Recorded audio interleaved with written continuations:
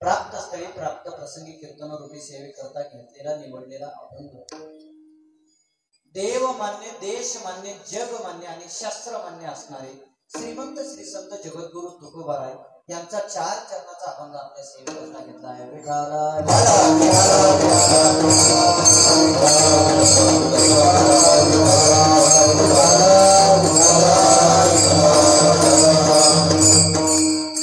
खऱ्या अर्थानं तुकोबारायला सांगायचंय की संत अवतार कशासाठी घेत असतात. प्रत्येक युगामध्ये संतांना अवतार घेणं गरजेचं आहेच का? प्रत्येक युगामध्ये भगवंताला अवतार घेणं गरजेचं आहेच का? संतांना अवतार घेतला नाही तर या पृथ्वीचं चालणार नाही का? या जगाचं भागणार नाही का? या विश्वाचं भागणार नाही का? संतांना अवतार घेतला नाही तर या विश्वाचं चालणार नाही का? जर भगवंतांना अवतार घेतला नाही मग अवतार कशासाठी घ्यावा लागतोय संतांना? उद्धरया जन जड जीवा, तुमच्या आमच्या सारख्या जड जीवाचा उद्धार करण्यासाठी संतांना जन्म घ्यावा लागतो. मी उदाहरण सांगेन. संत कोंडाजी बाबा देवलेले असते आपल्या परिसरातलं लांबचं उदाहरण घ्यायचं. तसं पाहिलं तर बाबांच्या जीवनातला खूप मोठा त्यागही आहे आणि बाबाचे खूप मोठे चमत्कारही आहे. संत कोंडाजी बाबा या परिसरात होऊन गेले म्हणजे हा परिसर त्यांच्या नंतर भक्तिमय झाला. अनेक लोक परमार्थाच्या रस्त्यानं वळले. नास्तिक लोकांच्या गळ्यात सुद्धा शुद्ध तुळशीच्या माळा पडल्या. खऱ्या अर्थानं ज्याच्या गळ्यात तुळशीची माळ पडली त्याचा उद्धार झाला.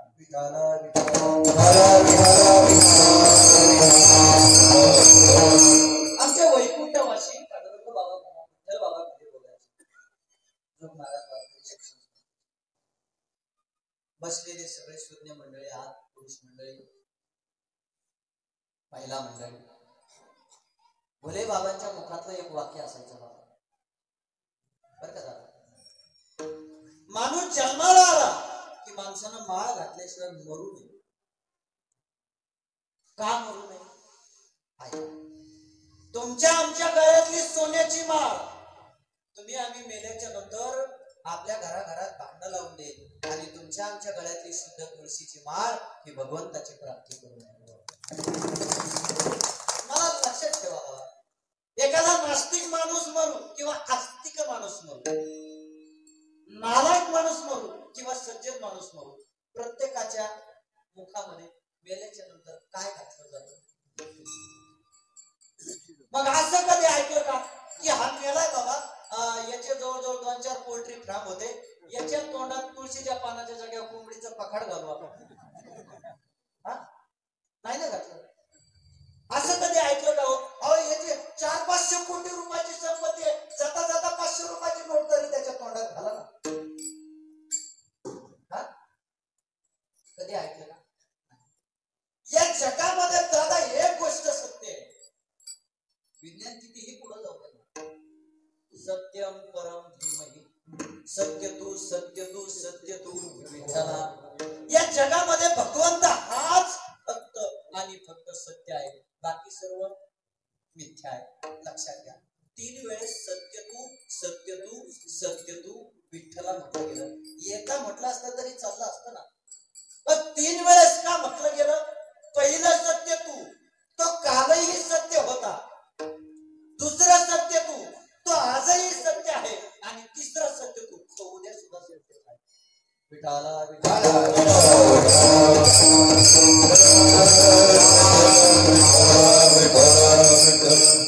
वारकरी संप्रदायाच्या नियमाप्रमाणे थोडासा परिहार द्यावा लागतो आणि द्यायला पाहिजे. म्हणजे कमीत कमी बसणाऱ्या लोकांना कार्यक्रमाचं महत्व कळणं गरजेचं आहे बरं का. गेली 83 वर्षापासून, बरोबर दादा, चालत आलेला असा हा भव्य दिव्य स्वरूपाचा अखंड हरिनाम सप्ताह खऱ्या अर्थानं या कार्यक्रमाचं वर्णन करावं तेवढं कमी आहे. वैकुंठवासी हरिभक्तपरायण साधू बाबा वायकर असतील, वैकुंठवासी हरिभक्तपरायण कोंडाजी बाबा डेरे असतील, वैकुंठवासी हरिभक्त परायण वासुदेव महाराज पंढरपूरकर असतील किंवा वैकुंठवासी हरिभक्त परायण बाळाजी बाबा चव्हाण असतील, या सकल संतांच्या कृपा आशीर्वादाने हा चालत आलेला सुरू असलेला अखंड हरिनाम सप्ताह श्री कुलस्वामी खंडेराय देवस्थान ट्रस्ट तीर्थक्षेत्र वडद माघ पौर्णिमेच्या यात्रेनिमित्त हा गेल्या अनेक वर्षापासून आपण मोठ्या उत्साहानं सुरू ठेवलेला अखंड हरिनाम सप्ताह आहे. आणि मी सांगून जाईल सगळ्याच्या माहितीप्रमाणे यातले अनेकाचे चेहरे ओळखीचे सुद्धा आहेत बरं का साहेब. त्याचं कारण आहे बाबा, तुमच्या 2-3 गायकांच्या वादकांच्या माहितीसाठी सांगतो. गेले 8-10 वर्षापूर्वी सलग 3 वर्ष मी याच खंडेरायाच्या समोर मृदंग वाजवण्याची सेवा केलेली आहे. आणि खरं पाहिलं या माझ्या भगवंताला माझ्या खंडेरायाला वाटलं असं की बाबा आता 3 वर्ष तू मृदंगाची सेवा केली, एखादी वेळेस माझ्या दरबारात कीर्तन करून बघ रे. खऱ्या अर्थानं माझ्या भगवंतानं मला आज बोलून घेतलं खंडेराया.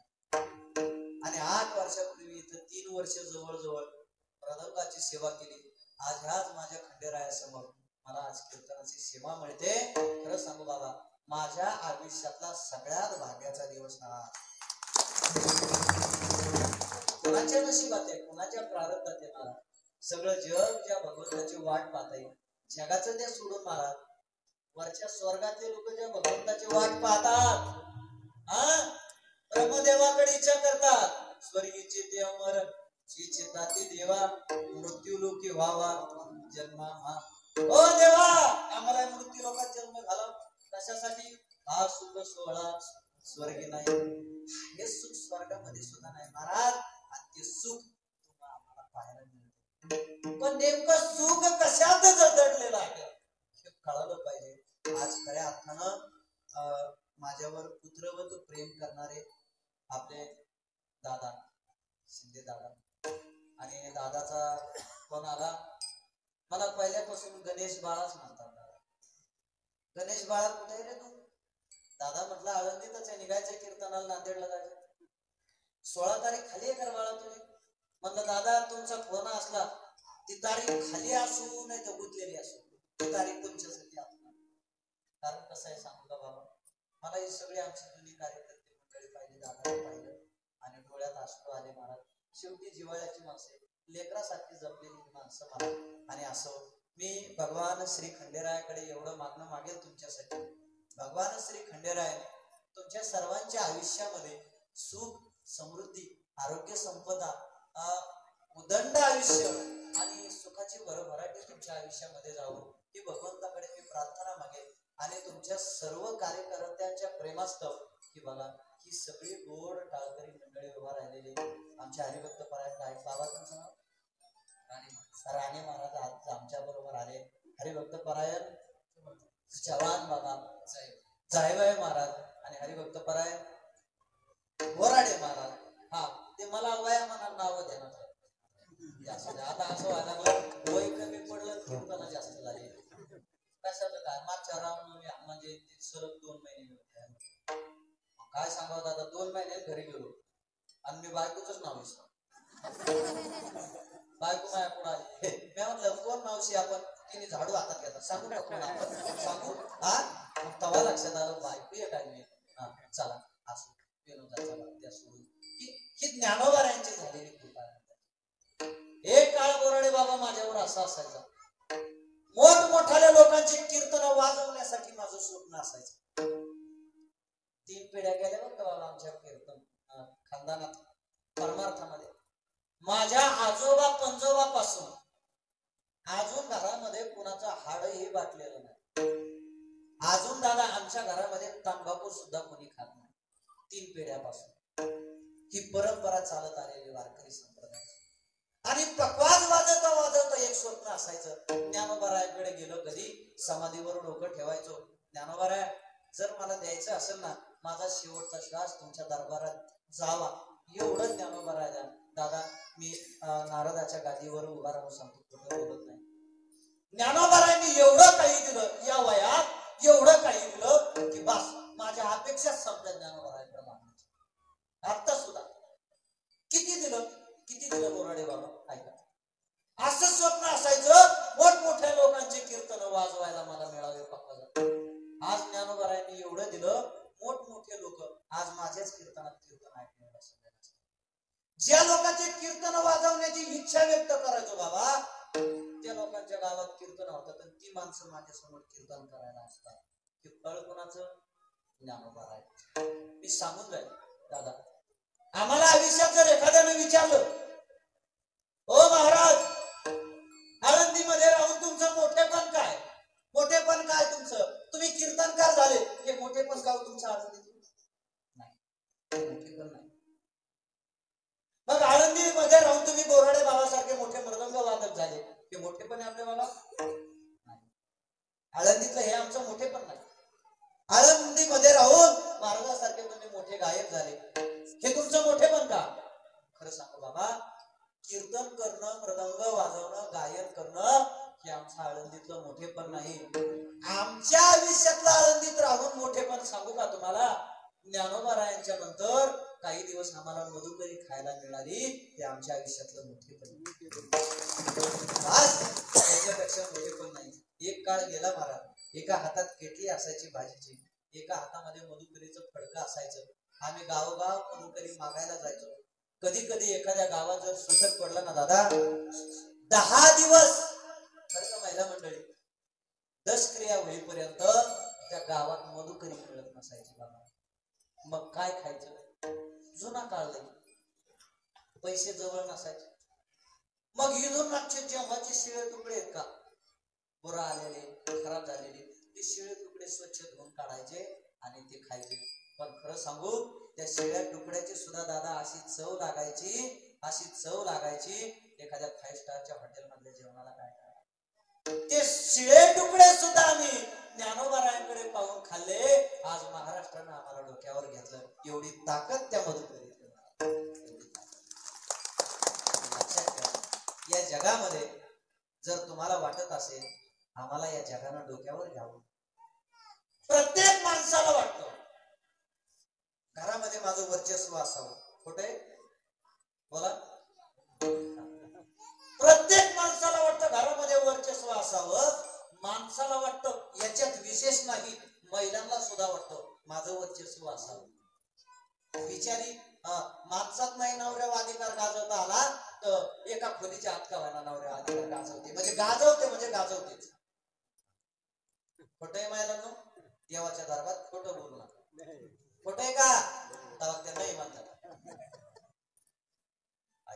अशीच गावामध्ये 200-300 लोकांची बैठक बसली दादा, सप्त्याची बैठक झाला. 200-300 लोक सप्त्याच्या बैठकीत बसलेले. बायको गेली आणि 100 जवळजवळ 50 फूट त्या बैठकीतल्या माणसापासून लांब होती. नवऱ्याकडे बघितलं आणि फक्त उजव्या हाताचं बोट असं केलं नवऱ्याने, काहीच बोलली नाही. नवरा 300 माणसातून उठला आणि तिच्या जवळ आला. म्हणला, बोल ना मंगल, काय म्हणतेस? म्हणत काहीच नाही, म्हणजे फक्त बोटात ताकद, पावर. 300 लोकांतून उठून आला एवढं एका बोटाने, एक पावर तपासित होते. प्रत्येक माणसाला वाटतं घरामध्ये वर्चस्व असावं. एखादा अजून प्रतिष्ठित माणूस असेल त्याला वाटतं गावामध्ये आमचं वर्चस्व असावं. अजून मोठा माणूस असेल त्याला वाटतं माझं तालुक्यामध्ये वर्चस्व असावं. अजून मोठा माणूस असेल त्याला वाटतं जिल्ह्यात माझं वजन असावं, वर्चस्व असावं. प्रत्येकाला वाटतं बाबा. ऐका, मग गावावर राज्य करावं वाटतंय, तालुक्यावर राज्य करावं वाटतंय, जिल्ह्यावर राज्य करावं वाटतंय, याच्यासाठी काय लागते? संपत्ती लागते का? जर संपत्ती लागली असती जगावर राज्य करण्यासाठी तर असं ऐकायला भेटलं असतं माझ्या ज्ञानोबारायांची जवळजवळ 10,000 कोटी रुपयाची संपत्ती होती, म्हणून आज त्यांना जग डोक्यावर. ऐकलं तुम्ही असं? जर पैशानं, संपत्तीनं जगावर राज्य करता आलं असतं तर असं ऐकायला भेटलं असतं तुकोबारायांनी त्या काळचे 400 कोटीचे 1200 कोटी केले, म्हणून जग डोक्यावर. ऐका, ज्यांना गावावर राज्य करायचं, ज्यांना तालुक्यावर राज्य करायचंय, ह्या तालुक्याच्या, गावाच्या, जिल्ह्याचं, लेव्हलचं बोलत नाही. ज्यांना जगावर राज्य करायचंय त्यांनी माझ्या कीर्तनातले 2 शब्द घेऊन जा. कोणते 2? ऐका, फक्त समाजाला गोड बोलायचं, गोड बोलायचं. एक वाक्य हमेशा कीर्तनात बोलून जातात. ते वाक्य असं आहे महाराज, तुमचा चेहरा जर सुंदर असेल तर तुम्ही कुणाच्या तरी प्रेमात पडू शकता, पण तुमची जीभ जर गोड असेल तर सगळं जग तुमच्या प्रेमात पडू शकतं. काय लागतंय जग जिंकायला म्हणायचं? एक हात जर घरातल्या माणसावर उघडला, एक हात, तर एका हातानं त्या हात घरातल्या माणसावर उघडल्याच्या नंतर घरातल्या एका माणसाचं सुद्धा अंतःकरण आपण जिंकू शकत नाही. जिंकू शकतो भाऊ? मग त्या एका हाताला दुसरा हात असा जोडी लावा आणि या जगामध्ये फिरा, हे सगळं जग तुम्हाला डोक्यावर घेऊन असल्याशिवाय राहणार. विठाला विठाला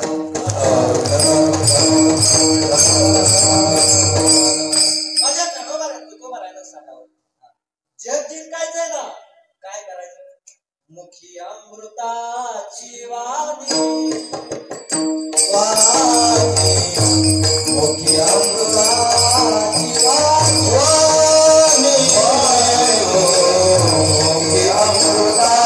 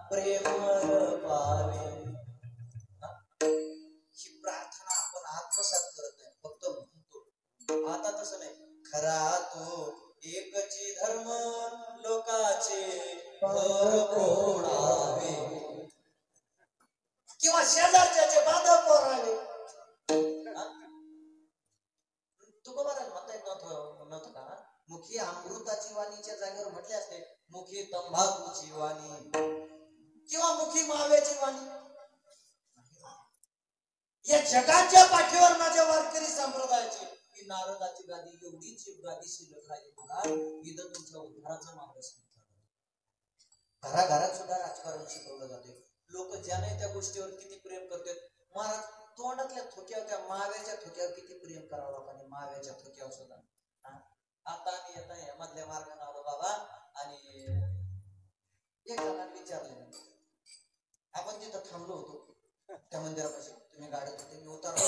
एक जणाला विचारलं, मला ते खंडोबाचं वडच मला तिथं जायचंय. त्याचं असं ते पाण्याने हौद भरल्याने गच तोंड भरलेलं होतं माव्याचं. ते थोका खाली सांडून मग जास्त वर तोंड हा म्हणला मला वडच जायचं. हा वडच आवडला मग रस्ता माहित नाही का? हा रस्ता माहित नाही. असं पुढं निघून जात त्याची लाळ गुड घ्या पोत गळाली उचलून पुन्हा तोंडात टाकली म्हटलं इथं भेटला वर भेटू नको मला थुक्यावर सुद्धा लोक एवढं प्रेम करतात महाराज. पण लक्षात घ्या खऱ्या अर्थानं माणूस जर शुद्ध जगला शुद्ध वागला तर जग डोक्यावर घेते महाराज. वैर्याचा सुद्धा तिरस्कार करू नका हे आमचे संत शिकवतात. वैर्याचा तिरस्कार नाही करायचा. मला सांगा ऐका ग्रामपंचायतची गावात जर निवडणूक आली आमच्या गावातल्या ग्रुपचे व्हॉट्सअप ग्रुपचे मेसेज सांगतो मोकार कार्यकर्ते मोकार याला चड्ड्या सुद्धा घालायला डबल करून येऊन येऊन येणार कोण भाऊ शिवाय हायच ज्याला यायचे ते 8 दिवसाला येते तर 8 दिवसाला जाते तुला विचारून येते काय चड्डी फाटूस तर होता ना तुम्ही मला आमच्या गावातला ग्रुप लावा ताकद खालून लगे विरोधकाचा मेसेज तुम्ही किती लावा ताकद आम्ही कोणाच्याच बापाला नाही लावा. मग लगे पहिले मेसेज करणारा लागायचा भाऊ शिवाकडं त्यांना घेऊ लाकडं तर हे आपल्या लोकांची ऐका मला तर असं वाटतं त्यांनी भाऊशी वाकडं तर देऊ लाकडं टाकलं लगे खाली दुसऱ्या टाकलं नाडला की तोडला यांनी माणूस जगावर राज्य करेल भाऊ.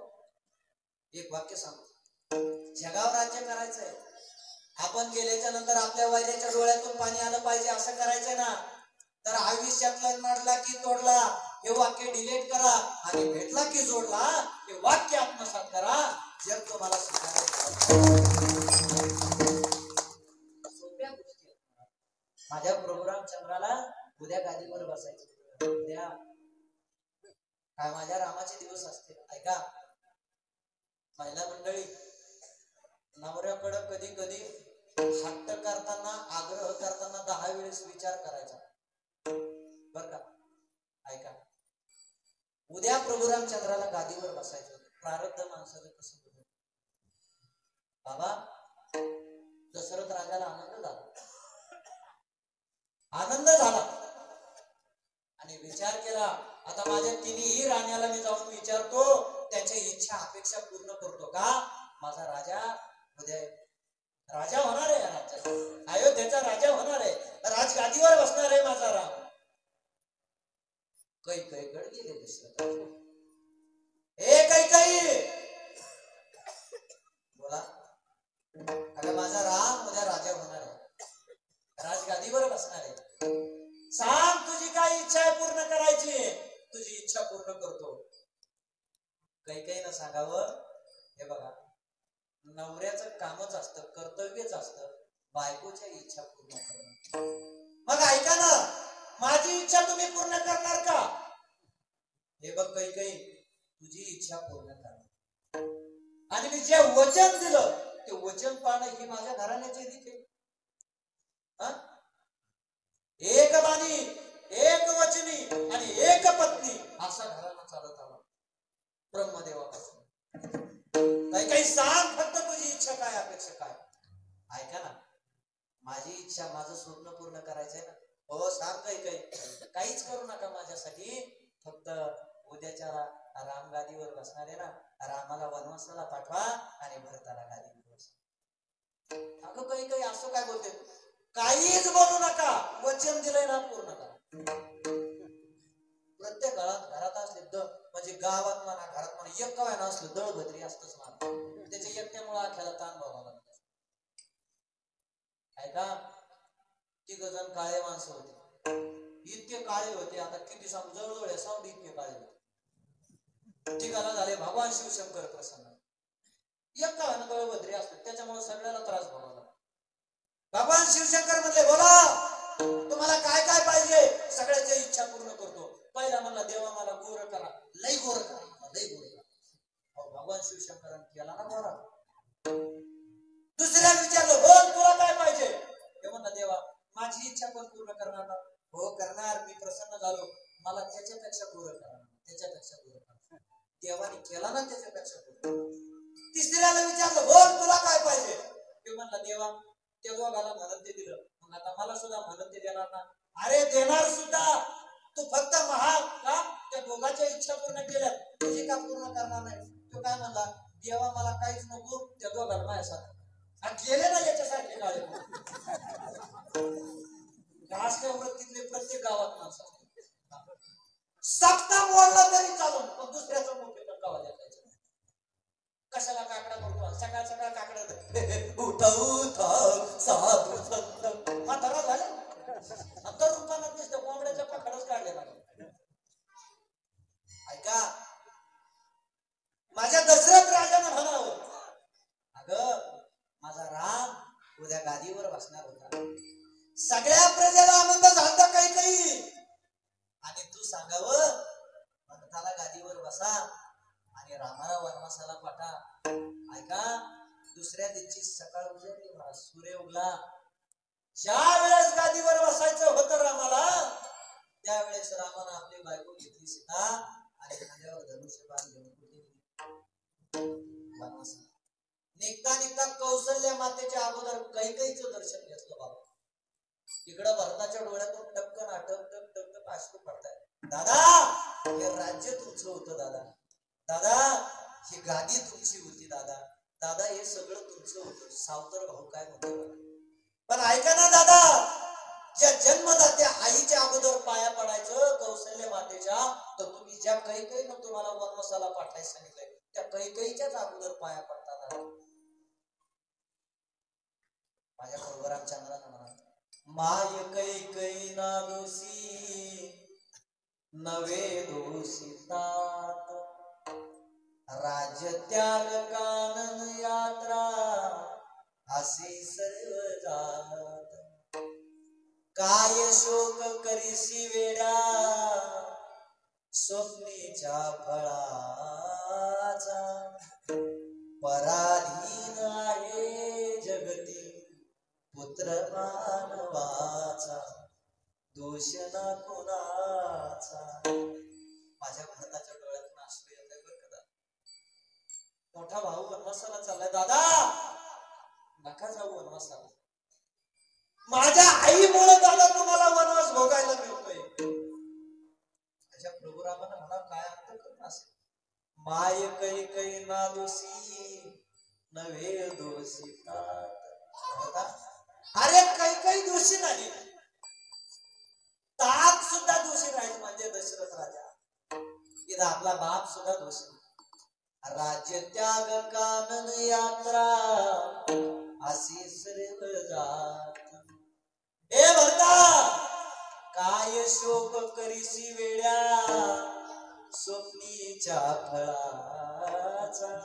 खरं सांगू भरता, अरे हे राज्य आहे ना हे स्वप्नातलं फळ आहे, अरे ही संपत्ती आहे ना हे स्वप्नातलं फळ आहे. आणि खरं सांगू तुला वाटत असेल कैकेयी चुकीची, कैकेयी चुकीची नाही बरं. अरे मला वनवासाला जावं लागतंय याला कैकेयी फक्त निमित्त कारण आहे, वनवासाला जावं लागतंय ते माझं प्रारब्ध आहे. एवढं मोठं मन करायला सुद्धा तेवढं अंधकरण निर्माण लागतंय म्हणायचं. आणि ऐका कैकेयीचा त्याग केला रामानं, केला का?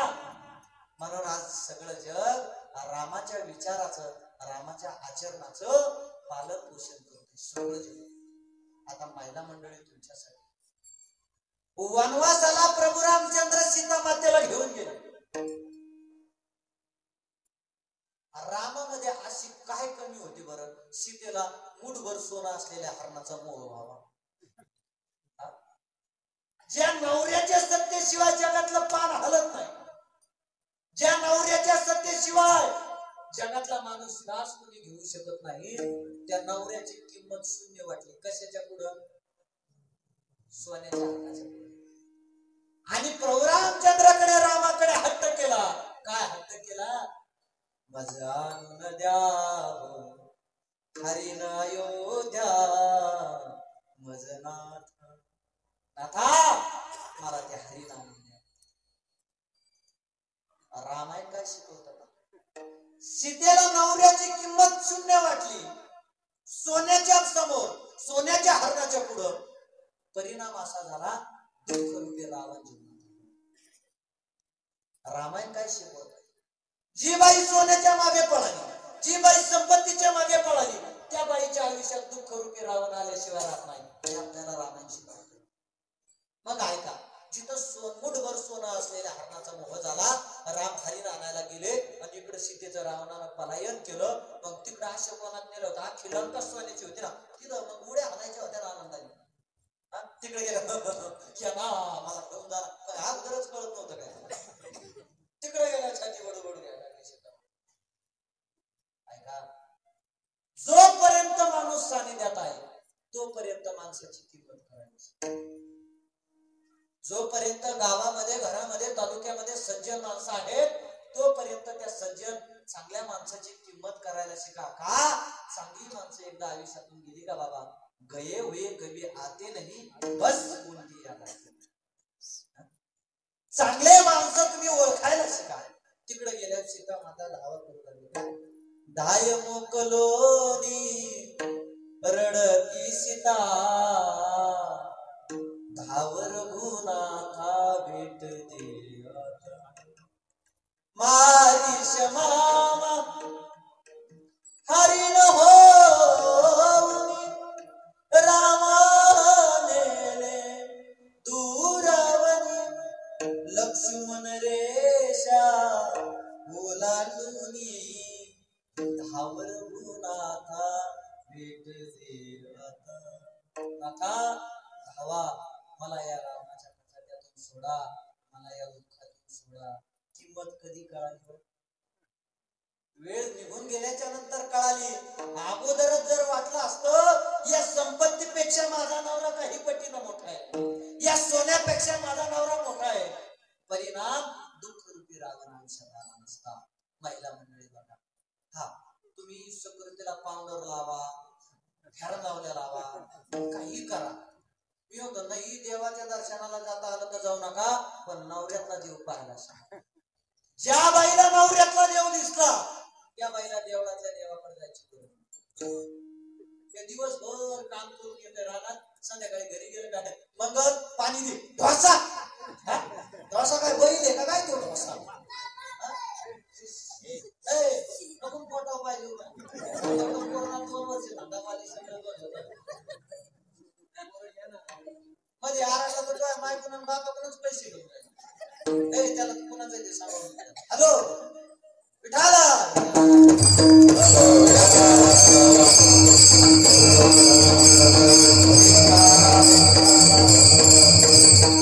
त्यांनी दमून दमून घरी यावं. मंगल जेवायला वाढलं गिळा. कशाला देवाच्या दर्शनाला कशाला उपस्थित होती महाराज? ऐका, जनक राजाची मुलगी माझी सीता माता होती. काय कमी होतं? राम 14 वर्ष वनवासाला निघाले. या कधी म्हटली असती तुम्ही जाऊन या वनवासातून, तवर मी माझ्या बापाकडून जाऊन येते.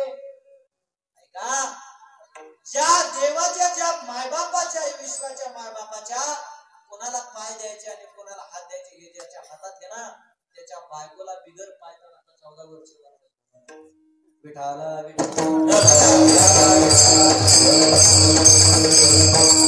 मी सांगून जाईल दादा तुम्हाला. जग जिंकायचंय ना, वैऱ्याला सुद्धा चांगलं म्हणायला शिका. माझ्या रामाला म्हणायला पाहिजे होतं, काही काही माझी वैरी आहे.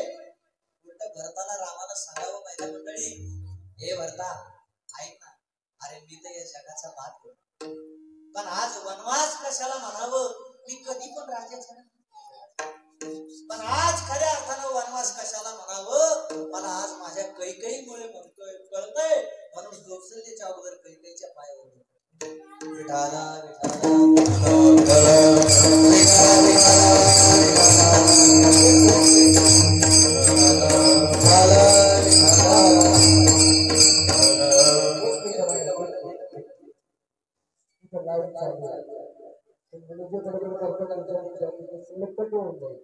जेवढा खर्च करून उपयोग नाही. आपली मुलं आपण घेऊन पाठीमागे बसा, तिकडे येऊन देऊ नका. ज्या जागा बसले त्या जागा बडबड करायला.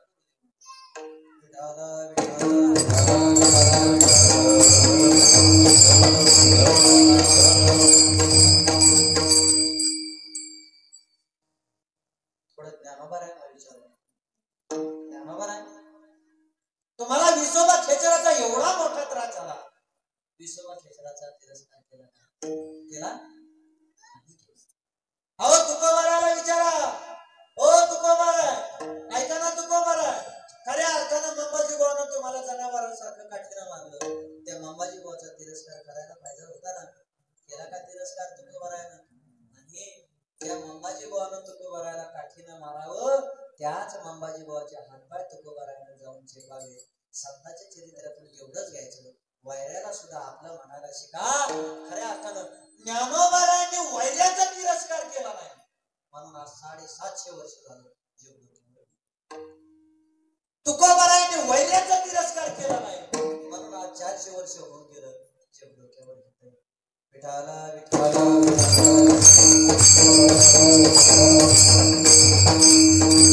तुकोबारायांनी प्रपंच करता करता परमार्थ केला. खऱ्या अर्थानं कोण म्हटलं तुम्हाला सांगायच घेतल्यावर उद्धार होतो? कोण म्हणतंय तुम्हाला ब्रह्मचारी आल्याच्या नंतरच उद्धार होतोय? माझ्या तुकोबारायानं तर सरळ सरळ सांगितलं, संसारी असावे असोनी नसावे, किंवा संसार करावा पण कसा करावा? पक्षी अंगणी उतरती ते का गुंतून आधी तैसे असावे संसारी. ऐका, कधी असं ऐकलं का तुम्ही? एखादा पक्षी दाणे खायला गेला, त्यांनी त्याच्या लेकरा बाळाची चिंता होती म्हणून येता येता 2 किलो बाजरीचे दाणे घरी घेऊन आला. ऐकलं? असं कधी ऐकलं का? गाय चरायला गेली, एखादी गाय ती चरायला गेली आणि येता येता तिने तिच्या वासराला 2-4 पेंड्या घेऊन गेली. अहो, कावळ्याला सुद्धा संसाराची चिंता नाही म्हणून कावळ्याचा बीपी वाढत नाही. बैलाला संसाराची चिंता नाही, 4 पायाच्या बैलाला, म्हणून बैलाची शुगर वाढत नाही. आता बीपी, शुगर आहे, थायरॉइड आहे, कोणाचे दात पडत आहेत तरुणपणात, कोणाचे डोळे जाते. खरं सांगू बाबा, आपल्याला वाटतं आपल्या 7 पिढ्यानं बसून खावा. संतांनी तो विचार केला नाही. ऐका, माणूस मारता मारता दशरथ राजाचा एक केस पिकला, सगळंच्या सगळं राज्य पोरांच्या हाती. आपलं म्हातारं मेल्यावर कामराच्या सुतळ्या त्या करगुड्याच्या चाव्या टाकून घ्यावं लागतात. एक म्हातारा असंच उभा आयुष्य गावात कोणाला परमार्थ करून दिला नाही. खायला आलं, मारायला लागलं. आणि चांगल्या निवडणुका लढल्या होत्या त्याने 10-15. कवा निवडून आला, कवा पाडला, पण लय खाल्लेलं होतं त्याने. 80-90 वर्षाचं म्हातारं झालं, मारायला टेकलं बाबा. आणि म्हाताऱ्या माणसाची खोड असते बाबा, ज्या वयात परमार्थ करायचा त्या वयात परमार्थ करीत नाही. दिवसभर लेकं सोनं शेतातून काम करून येते, तर संध्याकाळी एकाचा सोनाचा झोपायचा टाइम आणि याचा फुल झोपेतून उठायचा टाइम, याचा डोळा लागायचा टाइम. आणि ते कढीवाली जाय, झोपले का झोपले, तुला काय करायची देव देव म्हणा. याला डोळा लागायचा टाइम, कधी लावली का कधी लावली, आज लावत नाही तो उघड, तुला काय करायचं देव देव म्हणा. असे 2 म्हातारे बाबा कीर्तनात येऊन बसले, आणि 2 म्हातारे समोर येऊन बसले. मला वाटलं जुनी माणसं याला कळतंय का? मी एखादा विनोद केला, काही वाक्य वाट टाकलं, पण ते 2 म्हातारे अशी इतकी जी बाहेर काढून बाहेर. मला वाटायचं या दोघांनाच काही कळतंय का? सगळं कीर्तन त्या दोघांकडे बघून सांगितलं. आणि मग कीर्तन संपल्याच्या नंतर त्या लोकांनी मला चहा प्यायला नेलं. जसा चहाचा फोटा आणला ना, तशीच त्या दोघांनी मला इतकाली जी बाहेर काढली. मग मला वाटलं दाल में कुछ काला आहे, तर सगळी दाळच काढली. मी म्हणलं हे दोघं असे का करते? ते म्हणले ते पहिले कट्टर तमासगीर होते म्हणले, आणि आता त्या दोघाला काही ऐकू येत नाही. म्हणलं मी तर 2 तास यालाच कशाचं मोहा निघायचं काही. एक म्हातारा बाबा म्हणलं काय, मला माळ घालावं वाटते. म्हणलं आता गावरे मसनात गेला 45 वर्षाचे, माळ कशा घालतात? चावानाच गेला म्हणजे नाही चावल्या माळ घालायची. बाबा म्हणलं तुमचा परमार्थ कामा इथं तरणा भाग्यवंत त्यांना बाजूला बसेल दुसरा आपल्याला नाव घालावं लागते. म्हणलं तुम्हाला चावत नाही का? आपल्याला चावत नाही, पण पोरं जाणून देत नाही. आता माळ घालतो ना, योग्य तेव्हा परमार्थ करायला पाहिजे. आता म्हातारपण झालं, तुम्हाला वाटत असेल महाराज मी तुमच्या नाता सांगाय आपलं म्हातारपण आयुष्य सुखात जावं, असं जर तुम्हाला वाटत असेल ना, एक गोष्ट घेऊन जायची. सकाळ सकाळ आंघोळ करताना नाताला हातात धरा. नातवाला देवाऱ्याजवळ बसवा, त्या नातवाला ज्ञानोबाराची ज्ञानेश्वरी दाखवा. हे बाळा, ही ज्ञानोबाराची ज्ञानेश्वरी. अरे एवढ्या दुःखातून माऊली पुढे गेले बाळा. एवढा अमृतमय ग्रंथ तुमच्या आमच्यासाठी लिहून दिला. ज्ञानोबाराचं चरित्र त्या नातवाला तुम्ही वाचायला लावलं. हे बाळा, हे तुकोबारायांचं चरित्र, हे तुकोबारायांचं चरित्र बाळा. अरे त्या मंबाजीबाने एवढा त्रास दिला तरी सुद्धा तुकोबारायांनी आपल्यासाठी गाथ्यासारखा एक 5वा वेद येऊन ठेवला बाळा. हे बाळा, अरे छत्रपती शिवरायांचं चरित्र बघ, आपल्या देवघरात शिवरायांचं चरित्र. अरे बघ ना बाळा, आपल्या माय बहिणीवर अत्याचार व्हायचे रे बाळा. आईनं स्वप्न पूर्ण करण्यासाठी शिवाजी महाराजांकडं एक स्वप्न मागितलं. काय मागितलं बाळा? आईनं शिवरायांना सांगावं, ए शिवा, अरे माझं स्वप्न पूर्ण करशील का? छत्रपती शिवरायांना 2 गुडघे टिकून आईकडे हात जोडावे. आता आई काय स्वप्न आहे ग? अरे महाराष्ट्राचं स्वराज्य निर्माण करून टाक. आणि हे छत्रपती शिवरायांना करून टाकलं. एवढ्या दुःखातून शिवरायांनी महाराष्ट्राचं स्वराज्य निर्माण केलं. हेच ते बाळा शिवरायांचं चरित्र. हे जर त्या नातवाच्या डोक्यावर संस्कार पडले, तुमचं म्हातारपण हे राजासारखं केल्याशिवाय आपलं तसं आहे का नाही? एवढी पिढी पेटून आणलं येता येता 2 झटके आणले. कितीतरी असे प्रयत्न. महाराज प्रपंचामध्ये कोण सुखी राहिला? मी सांगत असतो महाराज, नवीन लग्न झाल्या एखाद्या पोराचं नवीन लग्न होत्या. आता हे बघा, इथं सगळ्यात मोठा दुष्काळ तरुण मुलींचा तरुण मुलांचा आहे. सुपडा साफ झाला त्यांचा कोणीच दिसत नाही इथं. फक्त इथं गौतमी पाटील याला महाराज लिंबाव एक होते, बाबरी एक होते, पिपळाच्या झाडावर एक होते. तिला बघायला जसं काय अप्सरा आली वरून आम्हाला. तिला बघायला हे कोणी करायचं? काय बाप जायचा बेटा, तो मला जायचा. काहीचे बापच शाने नसले तर येतो कशाला इकडे येते.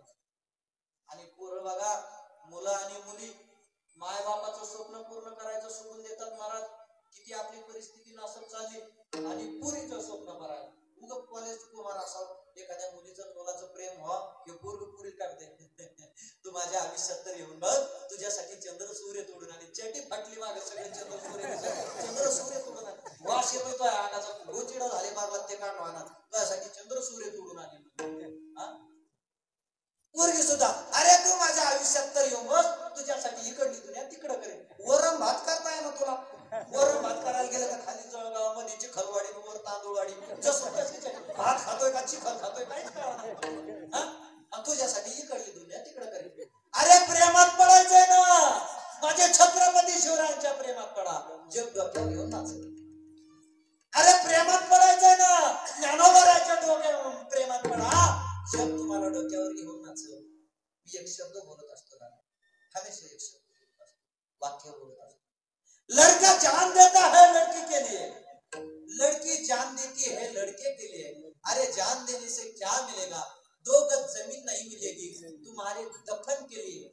जान देना है तो दे दो इस वतन के लिए, कम से कम तिरंगा तो मिलेगा तुम्हारे दफन के लिए. प्रेम करायचे तर देशावर करा, प्रेम करायचं ज्ञानोबाराकडे करा. अहो माझ्या ज्ञानोबाराकडे एखादा अनाथ पोरगा जर गेला, जगामध्ये एक प्रकारचा अनाथ आला, कोणता? ज्याला आई आणि बाप नाही, तो एक प्रकारचा अनाथ. बरोबर साहेब? त्याला अनाथ म्हणतात सगळं. का बरं बाबा? त्याच्या आयुष्यातले माय बाप गेले. आता माझ्या पद्धतीने अजून दादा एक प्रकारचा अनाथ मीठ करवलाय. तो कोणता अनाथ आहे ऐका. जो ज्ञानोबाराच्या विचारापासून वंचित आहे, जो तुकोबाराच्या विचारापासून वंचित आहे, ज्याच्या गळ्यात शुद्ध माळ नाही, तो सुद्धा एक प्रकारचा अनाथच आहे. आपण ज्ञानोबारायला तुकोबाराय आपल्याला मायबाप समजतो. पण ज्ञानोबारायांच्या तुकोबारायांच्या एवढ्या मोठ्या ज्ञानापासून जर आपण वंचित असतो, त्यांच्या तत्वज्ञानापासून वंचित असतो, खऱ्या अर्थानं आपण जिवंत येऊन सुद्धा मेल्यात जमा आहेत. आपण माणसं असून सुद्धा राक्षसात जमा आहेत. आपल्याला नातलग असून सुद्धा आपण अनाथात जमा आहेत. छोटस उदाहरण, ज्याला मायबाप नाही त्याचा सगळं जग तिरस्कार करतो. खरंय का खोटं? खरंय, बरोबर ना दादा? कधी असं ऐकलं तुम्ही एखाद्या लेकराचे मायबाप गेले म्हणून सगळ्या जगानं त्याचं तिथून पुढं जीवन सुजलाम सुफलाम झालं? नाही ना ऐकलं? बरं असं कधी ऐकलं का याच्या गळ्यात माळ नव्हती, हे रोज दारू पिऊन यायचा आणि एक दिवस जास्त दारू पिऊन आला म्हणून आमच्या गावकऱ्यांनी त्याला 10 हरवला? दारू पिऊन आले सुद्धा तिरस्कारच करते ना ते. मग त्या अनाथाचा सुद्धा तिरस्कार आहे, याच्या गळ्यात माळ नाही म्हणून सुद्धा याचा तिरस्कार आहे. मग सगळं जग यांचा तिरस्कार करतोय, मग यांचा वाली तर कोण आहे? अरे या अनाथाची माय कोण असेल ना? सांगू ना, सांगू का दादा? कधीतरी तुम्ही आळंदीमध्ये जा, आळंदीमध्ये जा, माझ्या त्या ज्ञानोबारायांच्या समाधी समोर उभा राहा. समाधी समोर उभं राहिल्याच्या नंतर ज्ञानोबारायांची समाधी डोळ्यासमोर आठवा, माऊलीच्या समाधीवर डोकं ठेवा. ज्या दिवशी तुम्ही माऊलीच्या समाधीवर शुद्ध अंतकरणानं डोकं ठेवाल त्या दिवशी तुमची माऊली माय झाल्याशिवाय ज्ञानाबाई माझी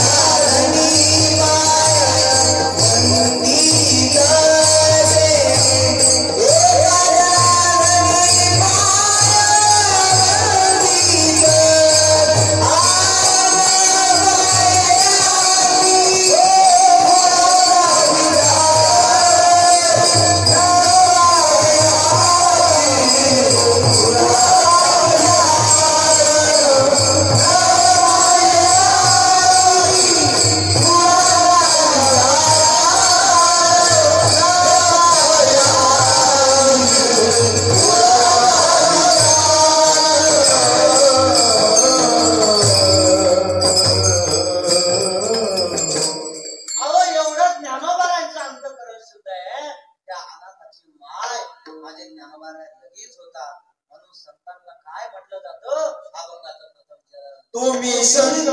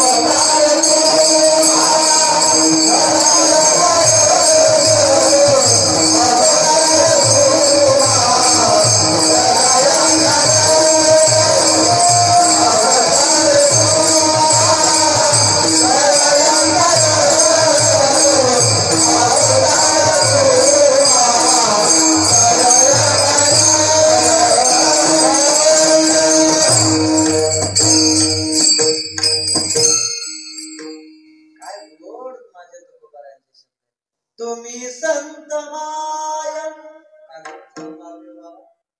बाप कृपावंत, तुम्ही संत माय बाप कृपावंत. काय कृपावंत आहे बरं ज्ञानोबारायांकडे तुकोबारायांकडे? कृपावंत शब्द संताकडे काय कृपाळुता असते? जाऊ द्या, आपण ज्ञानोबारायांची कृपाळुता पाहू.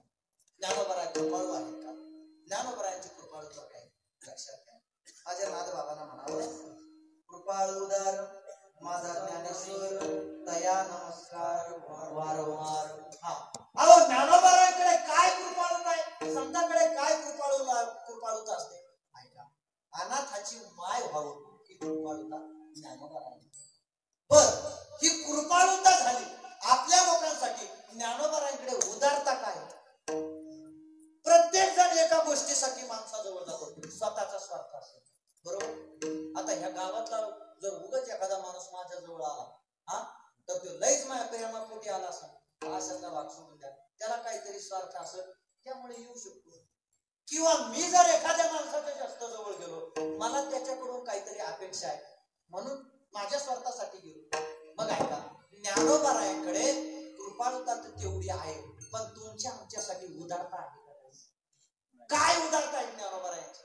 ऐका, तुम्हा आम्हाला न मिळणार ज्ञान, लोपलेलं ज्ञान ज्ञानोबारायांनी प्रगट करून द्यावं, ही उदारता ज्ञानोबारायांची. ज्ञान दिलं ही उदारता नाही. ऐका बघा, सगळ्यात मोठी उदारता कोणती? न पाहिजे याती कुळाचा विचार, ज्ञान दिलं त्यांच्याकडे होतं म्हणून दिलं. पण सगळ्यात मोठी कृपाळुता आणि उदारता कोणती? एवढं असून सुद्धा कोणत्या जातीचा विचार केला नाही, कोणत्या धर्माचा विचार केला नाही, कोणत्या कुळाचा विचार केला नाही. म्हणून नाथबाबांना म्हणावं, तया नमस्कार वारंवार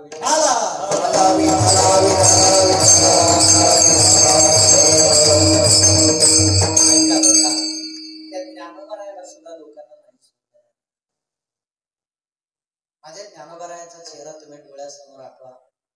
माता बहिणींनो, पुरुषांनो, तुमच्या डोळ्यात टपकन अश्रू येते. 5 वर्षाची माझी मुक्ता आहे बरं का दादा, 5 वर्षाची. निवृत्तीनाथ दादा, सोपान काका, माझे ज्ञानोबाराय अशी झोपडीमध्ये झोपलेले. पैठणहून शुद्धीपत्र काढण्यासाठी रुक्मिणी मातेनं जावं, विठ्ठल पंतानं जावं, ज्ञानोबारायांनी त्यांनी जावं. घरी आल्याच्या नंतर विठ्ठल पंतानं रुक्मिणीच्या समोर बसून रडावं. पहिला मंडळी ऐका, एखाद्या लेकराची माय जर गेलेली असेल तुमच्या जवळच्या कोणाची, तर त्या लेकराचा वनवास काय असतो हे तुम्ही डोळ्यानं पाहिलेलं असेल. एखाद्या लेकराचा बाप गेलेला असेल, त्याचा वनवास पाहिलेला असेल. जिवंत असताना सुद्धा, सगळा अधिकार जवळ असताना सुद्धा विठ्ठल पंत रुक्मिणी मातेला म्हणतात, हे बघ रुक्मिणी, आपल्या मुलांना पुढे धर्मज्ञान घ्यायचंय, धर्माचं ज्ञान घ्यायचंय. आपल्याला नास्तिक लोकांना, या धर्म मार्तंडानं सांगितलं, बघ रुक्मिणी, देहाचा त्याग करा, देहाचं प्रायचित्त द्या, देहांत प्रायचित्त द्या. जाऊ दे रुक्मिणी, आपल्या लेकरांसाठी देऊ आपण. ऐका दादा, काय चुकलं असेल माझ्या ज्ञानोबारायांचं, काय चुकलं असेल माझ्या मुक्ताईचं? कधी गावात मधुकरी मागायला गेलं, त्या विसोबा खेचरानं हातामध्ये गाडगं भाजीला आणायला गेलं, ते गाडगं फोडून टाकावं. मधुकरीचं फडकं ते घ्यावं, असं मातीमध्ये शेणामध्ये फळसावर ज्ञानोबाराच्या अंगावर फेकून मारावं. तो दिवस आला. रुक्मिणी, आता आपली लेकरं झोपली बघ, पहाटे 4ची वेळ झाली होती. चल रुक्मिणी, माझ्या मुक्ताईच्या डोळ्यासमोर चेहरा ठेवा. रुक्मिणी मातेनं दरवाजापर्यंत विठ्ठलला पंताबरोबर जावं. विठ्ठल पंताबरोबर नाही ओढले रुक्मिणी मातेचे पाय, पळत आल्या रुक्मिणी माता मागं. निवृत्तीनाथ दादाच्या अंगावर पडून राहिला, हे दादा, ए निवृत्तीनाथ दादा, अरे माझ्या मुक्ताईची, माझ्या ज्ञानाची, माझ्या सोपानाची माया आणि बांधतोयस. निवृत्तीनाथ दादा, तू मोठा आहेस. अरे आज या धर्म मार्तंडाच्या नियमामुळे, त्यांच्या सांगण्यामुळे आम्ही आमच्या देहाचा त्याग करतोय दादा. 4ही लेकरं झोपीत होते. इकडून विठ्ठल पंतांना म्हणावं, अगं रुक्मिणी चल ग, ब्रह्ममुहूर्ताचा वेळ होतोय.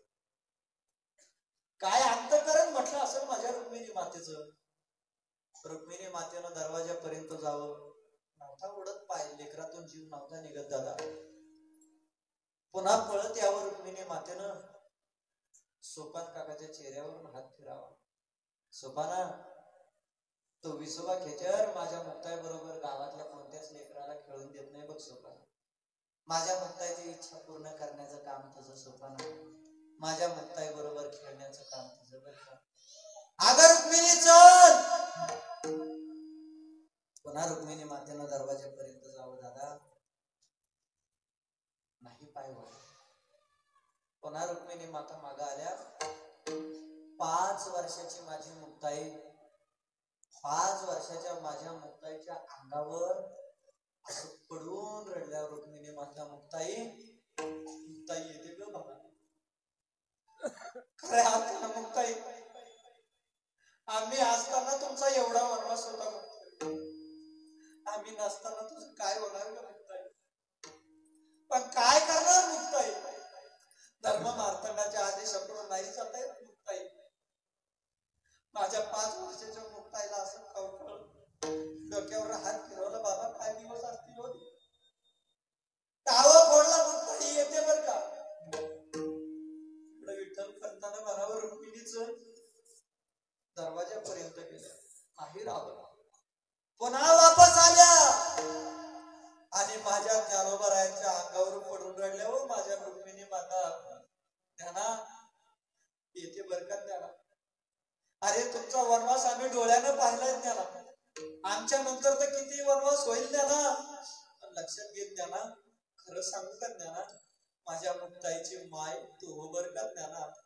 दादा इथं प्रत्येक बसलेली मायल्याच्या डोळ्यातून पाणी आहे बर का ज्ञाना.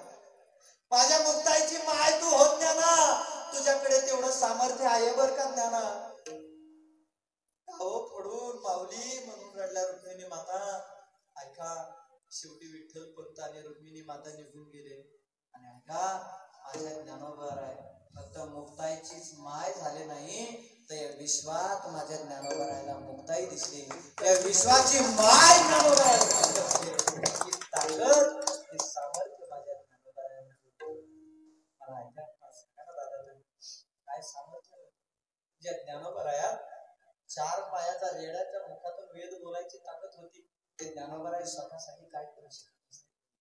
जे ज्ञानोबराय निर्जीव भिंत चालू शकत होते, ते ज्ञानोबराय स्वतःसाठी काय करू शकते.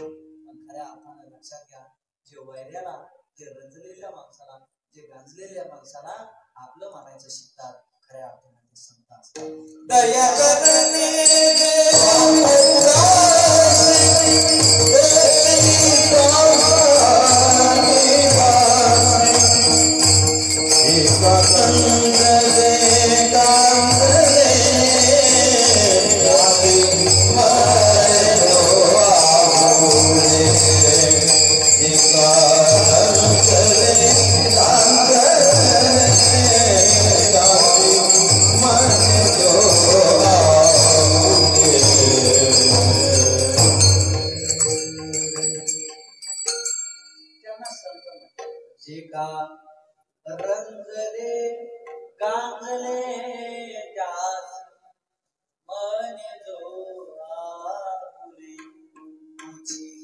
साधू ओळखा देव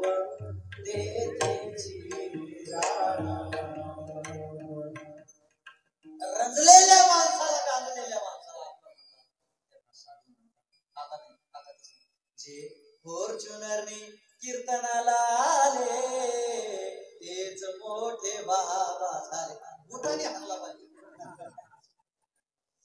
जे 41,000चे कीर्तनकार झाले तेच मोठे बाबा झाले.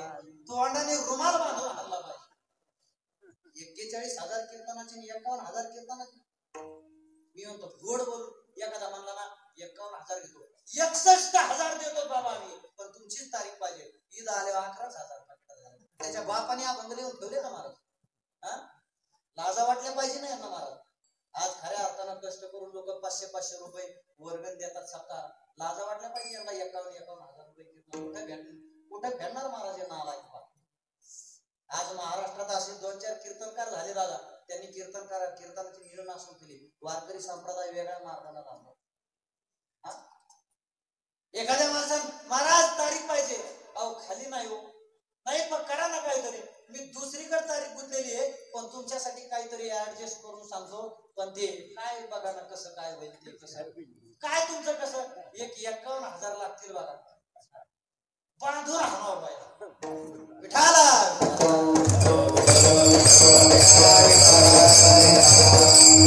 ऐका ना, एवढा त्रास होत होता या संतांना, तरी सुद्धा अवतार घेतला. कशासाठी घेतला? अवतार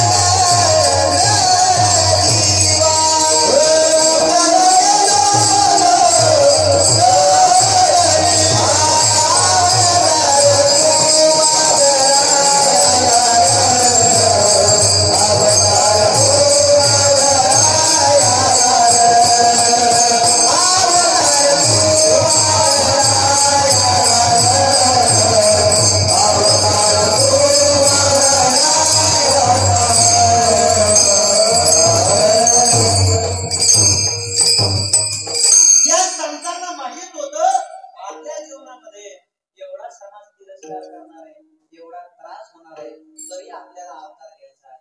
काय कारण, कशासाठी? उद्धरया जन जीवा, तुमचा आमचा उद्धार करण्यासाठी. खरं सांगत झालं, खरे सांगेल, कुणाच्या नादी लागला पण भावकीच्या नादी लागला. कारण जो भावकीच्या नादी लागला त्याने आता बहुत सुखाने खाल्लं. पांडवांनी सुद्धा भावकीच्या नादी लागून सुखाने खाल्लं. पुढं तरी देव पाठीमाग उभा होता म्हणून राज्यात. माझ्या प्रभू रामचंद्राला सुद्धा भावकीनं सुखानं खाऊन दिलं नाही. माझ्या छत्रपती शिवरायांना सुद्धा भावकीनं सुखानं खाऊन दिलं नाही. ऐका, प्रपंच करायचा तर स्वतःच्या स्वबळावर करायचा. एखादा श्रीमंत माणूस बसलेला असेल शेजारी, तो आमदार असेल, पंचपक्वान्न खात असेल, त्याच्या मांडीला मांडी देऊन चटणी भाकर खायची पण सावी ना. पाप करायचा नाही.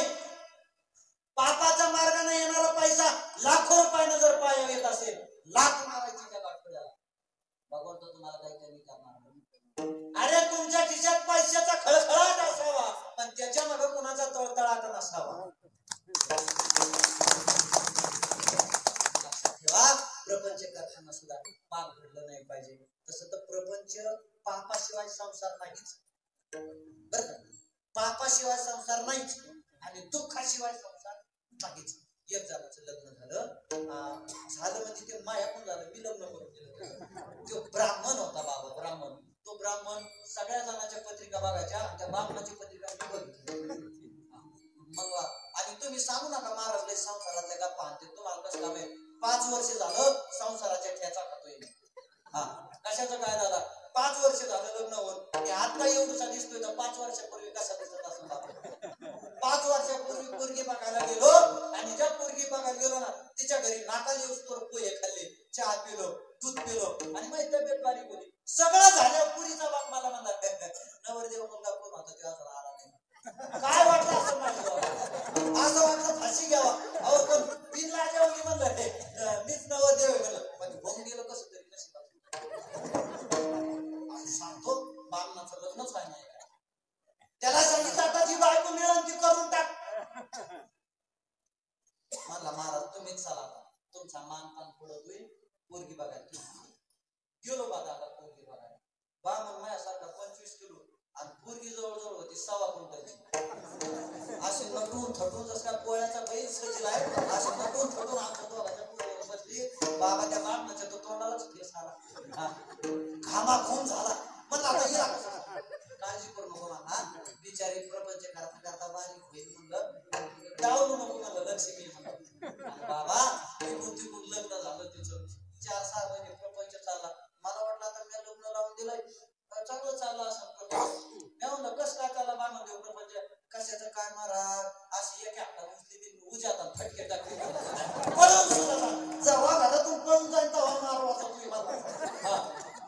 मार सुद्धा वाचा चुकतायला पळून गेल्याशी. मग आता काय कर, आता मला बुद्धी सुचली घेऊन लागली पाहिजे.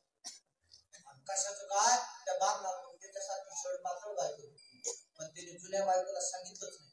ही बायको वरच्या माजल्यावर केली, खालची बायको जुनी ती जुन्या माजल्यात खालच्या माजल्यात ठेवली. 6 महिने झालं वरची बायको काय हारायला तयार नाही. जुन्या बायकोला माहित नव्हतं ही आपल्याच नवऱ्याने बायको करून आणली. ही जुनी बायको वर गेली, तिला म्हणली ओ पाहुणी बाई किती दिवस मुक्काम? ही म्हणली किती दिवस मुक्काम नाही, आता कायमचाच मुक्काम. लग्न करून आणली तशी आली काय म्हणली. आणि संक्रांतीचा सण आला. संक्रांती बामण देव गेला संक्रांत सांगायला. आता महिला मंडळी सोने घालत्यात, दागिने घालत्यात ना. त्या बामणाच्या घरात चोर शिरला. आता त्या चोरा तरी अक्कल असा ना, कुणाच्या घरात जावं. ते राहण्याचे चोर क्वालिटीवर राहिले नाही. त्या 1.25 क्विंटलच्या बाईने जे चोर झाला खाली घातला, अंगावर बसली चोराच्या अंगावर, उठायला तयार नाही. पांढरे डोळे पाळी व्हायची पाळी आली चोराची, बाई काय उठायला तयार नाही. उठत नाही म्हणली. आणि त्या बाईने पोराला सांगितलं पाप्या पाप्या पळ, पोलिसाला बोलून आण. हे पोरग दारात गेलं आणि 20 मिनिटांनी त्या बाईला म्हणलं मम्मी मम्मी मी चप्पल सापडा. चोर खालून कनक कनक मला तात्पुरती बाई जाऊन जा, लवकर पोलिसाला बोलवणार नाही तर जगत नाही मला हिच्या वाच्याने. तिला पोलीस स्टेशन मध्ये लई सुखाने आनंदाने भाकर बेसन खाय मला, नाही मरत मला 15 उठली नाही. कशाचं काय इकडून तिकडून चोर पळाला बामण देऊ घरी. या दोघी नटल्याला खालचीला बघितलं माझ्याच नाही वरचे पडला. असा शिडीने वर चालला, खालची आली पायाला धरला, वरची आली शेंडीला धरला, पाण्याची बादली उचल्यावर वरची वर उचलायची बांगणाला, खालची खाली वाढायची. आणि कशाचं काय झालं, प्रपंचच राहिला. खालची हिसका दिला तसा बांगणार खाली पाडला आणि 1.25 क्विंटलची बायको बांगणाच्या अंगावर बसली. ठेस आला बांगणाच्या तोंडाला, खून झाला. कणू पार बांगणाची जीभ सुजली. आणि लोकाला कधी काही विचारावं कळत नाही. मला प्रपंचात कोण सुखी राहिलं, रावण सुखी नाही राहिला. जवळून एक येडं चाललं, बांगणाची मारायची पाळी आली. ओ बामन देवा, हे म्हणलं काय सक्रत कशा रे? ती काय म्हणला 1.25 क्विंटलची सक्रत हातात बसली. ती सका सक्रत कशा रे? काय खाणार आहे? बरी बारतीने रुपया खाणार आहे.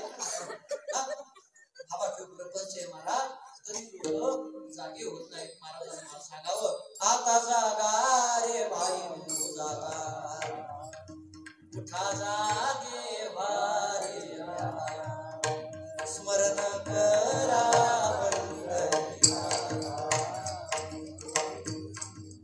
आता कमी बोल राहिले, जास्त काढायचं आपल्याला, बोललाय थोडे राहिले. जागा व्हा. प्रपंचात दुःखाचे महाराज कशाचं काय? एक सुनबाई नांदायला आली नवीन, दादा 6 महिने झालं. आताच्या का सोना घेतात ना सासूला मानला, पहिले घेत होत्या. सासूबाई म्हणली, सासूबाईला सून म्हणली, ओ आत्याबाई 100 रुपये द्या, ब्युटी पार्लरला जायचंय केस सरळ करून यायचं. आता महिला मंडळी त्या अलीकडे भावाय कापी द्या. बरं आता ते कमून कापी द्या, त्याचं गणित अजून कळलं नाही. बरं त्या आंब्याच्या गणित जाता झाडाला आडत. पण असं ऐका, ते सुनबाई म्हणली सासूबाईला 100 रुपये द्या, केस सरळ करून यायचंय. सासूबाई म्हणली अगं घरीच केस सरळ करावं. ती म्हणली घरी केस सरळ होत नाही. सासू म्हणली 6 महिन्यात अख्खं खानदान सरळ केलंच मग तुला केस सरळ. या आताच्या सुना राहिल्या आणि आताच्या सासरा राहिल्या महाराज. खऱ्या अर्थानं सासून सासऱ्यानं प्रत्येक वारीला एकादशीला आळंदीला यावं, प्रत्येक वारीला पंढरपूरला जावं, रोज संध्याकाळी येऊन खंडेरायाचं दर्शन घ्यावं. तुमचं अनुकरण सून आणि लेक करतील महाराज. इकडं तर सासूबाईनी ते काय म्हणते ते तपकीर वाढायची, ती आकूट खायचं आणि सासऱ्याने बेड्या प्यायच्या. सून काय आदर्श घेणारे महाराज. खऱ्या अर्थानं या जगामध्ये कल्याण व्हावं असं वाटत असेल तर संतांना शरण जा. का वाढावया सुख भक्ती भाव धर्म कुळाचार नाम भोबाचे. सुख भक्ती भाव आणि धर्म हे वाढवण्यासाठी खऱ्या अर्थानं संतांनी तुमच्यासाठी जन्म घेतलाय. आणि लक्षात धरा महाराज, असं जगायचं माणसानं, असं जगायचं दादा. आपण गेल्याच्या नंतर आपल्या वैऱ्याच्या सुद्धा डोळ्यात असू आले पाहिजे. एक गोष्ट माणूस चुकला, एक गोष्ट की माणसाला सगळं काही गमवावं लागतंय, सगळं गमवावं लागतंय. झालं 10 मिनिटात सेवा संपली. किती मिनिटात संपली? 15 मिनिटात डायरेक्ट ज्ञानदेव तुकाराम होऊन तुम्ही तिथं जेवायला जाऊन बसता. शब्द आहे आपला, टेन्शनच घेऊ नका तुम्ही. सगळं काही असू द्या, आयुष्यात माणूस जर वाईट मार्गाने गेला तर किती फळ भोगावं लागते. ऐका, मी छोटासा रावणाचा दृष्टांत सांगतो. रामायणामध्ये दादा सांगत असतो, सगळं काही होतं रावणाकडे. इथं बसलेल्या प्रत्येक माणसाला माहिती. महिला मंडळी ऐका, इंद्रजिताचं आणि प्रभू रामचंद्राचं युद्ध लागलं बर का. लई लोकांनी सांगितलं रावण वाईटच होता. प्रत्येक पृथ्वीवाचे महाराजांनी सांगितलं रावणाने सीता पळवली. आता ह्या पोरांनी 2 बायका केले त्याचं काय? रावणाने सीता पळवली एवढं काय ध्यानात राहिलं. पण या जगाच्या पाठीवर पहिला मातृभक्त हा रावण होता. या जगाच्या पाठीवर पहिला शिवभक्त हा रावण होता. या जगाच्या पाठीवर सगळ्यात जास्त धर्मशास्त्राचा अध्ययन करणारा रावण होता. आणि प्रभू रामचंद्र रामाचा वैरी असताना सुद्धा शेवटच्या काळात रामाच्या चरणावर हसत मुखानं प्राण सोडणारा रावण. हे विसरू नाही लोक. ऐका, रावण कोण होता? माणसाकडे सगळं असलं ना, थोडं चुकला का माणसाच्या सगळ्या गोष्टीवरून पाणी. आचरण ठेवायला शिका. इंद्रजिताचं रामाचं युद्ध लागलं. इंद्रजित बलवान होता, रामापेक्षा सुद्धा बलवान. पण इंद्रजिताच्या अगोदर रामानं बाण घ्यावा आणि इंद्रजितावर सोडावा. त्याच्यात इंद्रजिताचा उजवा हात उजवा हात तुटला, डायरेक्ट लंकेत जाऊन पुढे पडला सुलोचनाच्या दारात. महिला मंडळी, सुलोचना इंद्रजिताची कोण होती? बायको. सुलोचनाच्या दारात आणि खास पतिव्रता होती. थोडी चिंचा पेटी घालून तिच्या दारात हात पडला. तिनं ओळखला, हा हात माझ्या नवऱ्याचा आहे. वही आणि पेन घेतला, त्या हातामध्ये दिला. काय ताकद असेल महाराज, त्या हातामध्ये वही पेन घेतला, दिला.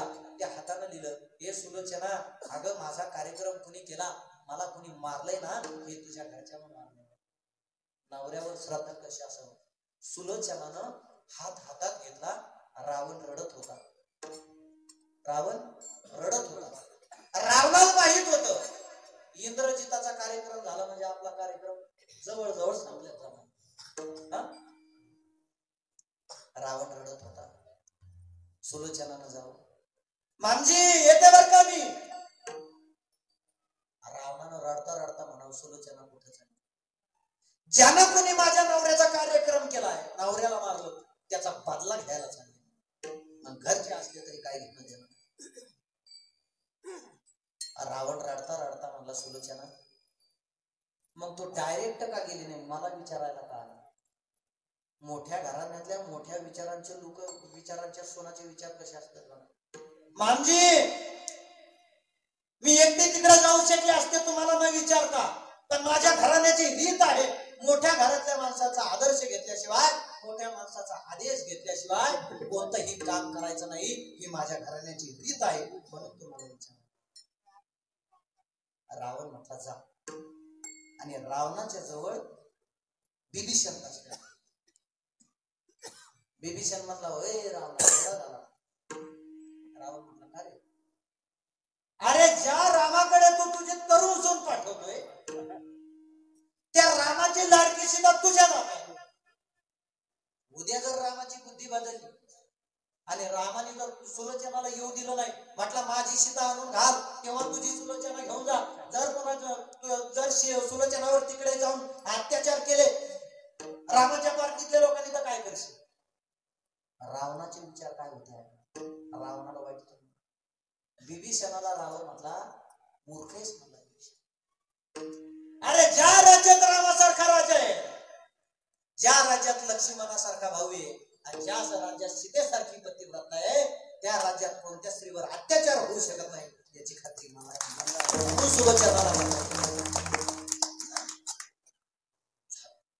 पुढचा प्रसंग आहे. सुलोचना जवळ मंडोदरी बसलेली. मंडोदरी अशीच लाडात आली आणि रावणाला म्हणली, हो. आणि बायका किती गोड बोलू द्या, खरं का बोलू नका, नाही तर 2-4 दिवस तरी उपाशी राहावं लागतं. मग अनुभव आहे, अनुभव आहे माझा. कोरोनाच्या काळात आता बाहेरला एवढा चटकदार भाज्या खायची सवय लागलेली, घरची भाजी पुढं चांगली लागते मला. एक दिवस बायकोने कोरोना झाल्याच्या नंतर झाल्या एक 2 वर्ष कीर्तन नाही, काय नाही, भाजी केली. काय भाजी केली म्हणलं, तो आणि फुसुकाचे आणि भाजी तोच केलेली दिसतीस. मी म्हणलं ते म्हणले कस काय, म्हणलं टेस्टर झाले का? नाही म्हणलं काय केस निघले त्याच्यात, म्हणून अंदाज घेतला तो केलेली. तेव्हा सासूबाई घरीच होती. दुसऱ्या दिवशी भाजी केली. आज सासूबाईची भाजी केली काय म्हणलं, तुम्हाला कसं काय वाटलं, कळालं काय? लई टेस्टर झाली. नाही म्हणलं आज पांढरी केस निघली भाजी, म्हणून अंदाज लावला सासूबाई केली काय. काळा तरी चांगल्या भाज्या करीत जा म्हणलं खायला मला. दुसऱ्या दिवशी अशी टेस्टर भाजी झाली बघ. 2 भाज्या तर मी पिलोच, 2 वाट्या भाज्या पिलो. आणि मला अजून 3री भाजी नाही. म्हणले कशी झाली? अरे 1 नंबर भाजी झाली म्हणलं, आजच्यासारखी भाजी झाली नाही. तिने धरलं भगवान, तिला फेकून आजच शेजारची भाजी घेऊन आलते, तिची बरी भाजी गोड लागली. आता बघ मिक्सर मध्ये कुठं काढू तुला ठेस पडला, काही भाजी बरी गोड लागली. मला काय माहित म्हणलं तो शेजारची. आवाज बायकोला खरं बोलायचं नाही का? बायकाला डोक्याची कमी भागा. रावण तसंच जाण्यात बोलतो. एक बाई आपल्या नवऱ्याच्या बायकोकडे गेला आणि बायकोला म्हणलं, ए मंगल, अरे तुला काय माहितीये का? ती म्हणे का, अरे 10,000ची कमल तर कोमात गेली. ती भाकरी करीत होती. काय? अरे काय नाही, 10,000ची कमल कोमात गेली. तिने बाबा घरली बरोबर दिली का? मग त्या कमलीच सांगा, तिचं काय, तिचा नवरा पैशावाला आहे, तिला कोमातच काय पुढं घेऊन जाईल. आज अजून नेलं का तुम्ही मला कोमात? कसला कोमात दाखला का? हा? आता येला कोमात गेला गेला सुधरेल का काही? कसला कोम असता दाखला का मला? तशी रावणाची बायको मंडोदरी म्हणजे खरं सांगा तुम्हाला किती सोबती आहे, मला किती सोबती आहे. रावण मला 79,999 तुला सोबती आहेत मंडोदरी, आणि तू धरून 80,000 बायका आहे. एवढा मोठा होता रावण, 80,000 बायकाचा मला टाक्कन म्हणजे 33 कोटी देव बंदी खाण्यात ज्याची टाकण्याची ताकद आहे त्याच्या डोळ्यात मंडोदरीने 2च मिनिटात असं आलं. 2च मिनिटात बायकाची ताकद. अहो मग ऐका ना, 80,000 बायका आहेत ना, आणि त्याच्यातली लाडकी कोणती? मंडोदरी तूच लाडकी आहेस का माझी? मग ऐका ना, मी लाडकी म्हणता 80,000 बायका असताना त्या रामाची लाडकी सीता पळून आणणार लाज वाटली ना? रावण म्हणला तू फटाळ खाऊ बाबा. आता काय खरं सांगा, सीता पळून आणलीची आणली, मग सीतेकडून तुम्ही तुमची इच्छा का पूर्ण केली? का सीतेकडून इच्छा पूर्ण केली नाही?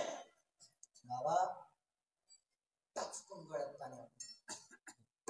मंडोदरी खरं सांगतो, ऐक ना, माझ्या शब्दावर विश्वास ठेवत असेल तर सांग. आणि बायकोनी नवऱ्याच्या शब्दावर विश्वास ठेवावा. बायकाचा नवऱ्या विश्वासच राहिला ना, आता तर नाही राहिला. एक नवरा कंपनीतून कामावून गेला, त्याच्या अंगावर पुढून एक उडत उडत केस आला का मग अंगावर पडला, घरी गेला. खरं सांगा कोणत्या बाईच्या घरी गेलते? ते म्हणलं कोणत्या नाही, खोटं बोल नका, अंगावर केस पडलेला सांगतो. हा बघा आज बायका संशय कशावर घेते सांगतो. दुसऱ्या दिवशी गेला तर ते उडत उडत अंगावर पांढरा केस आला. तो घरी गेला, मग बायकोन मग तरी समजदारपणा. खरं सांगा आज कोणत्या केस पिकलेल्या बायाला भेटायला गेले? अरे मी पुढून येतोय का केस म्हणला, आता कंपनीत महिला मंडळी आता काम करणारे आला असं उडून म्हणला. तिसऱ्या दिवशी त्याचं नशीब चांगलं दादा, केसच निघला नाही अंगावर. घरी गेला अंगावर केसच नव्हता. तिसऱ्या दिवशी बायको म्हणली खरं सांगा आज कोणत्या टाकल्या बायाच्या घरी गेले आज केसच नाही अंगावर? इतके संशय. तशी मंडोदरी खास पतिव्रता होती, संशय. सांगा सीतेकडून इच्छा का पूर्ण केली नाही? ऐका हे मंडोदरी, तुझा विश्वास असेल तर सांगतो, ज्या वेळेस सीतेचं पलायन करायला गेलो ना, सीता मी लक्ष्मण रेषाच्या आत एका कुटीत बसून नामस्मरण करत होती. आणि तिला हाका मारता मारता चुकून माझ्या मुखातून शब्द गेला, ए माय भिक्षा माग. नामस्मरण बंद करून सीता मला भिक्षा द्यायला आली. मंडोदरी आई, ज्या दिवशी मी सीतेला माय म्हटलं ना, त्याच दिवशी सीता माझी माय झाली. मी तिचं लेकरू झालो. सांग माझ्या आईकडे कसं वाईट दृष्टिकोनातून याला रावण म्हणतात. वैद्याच्या बायकोला सुद्धा आई म्हणावं ही वृत्ती रावणाला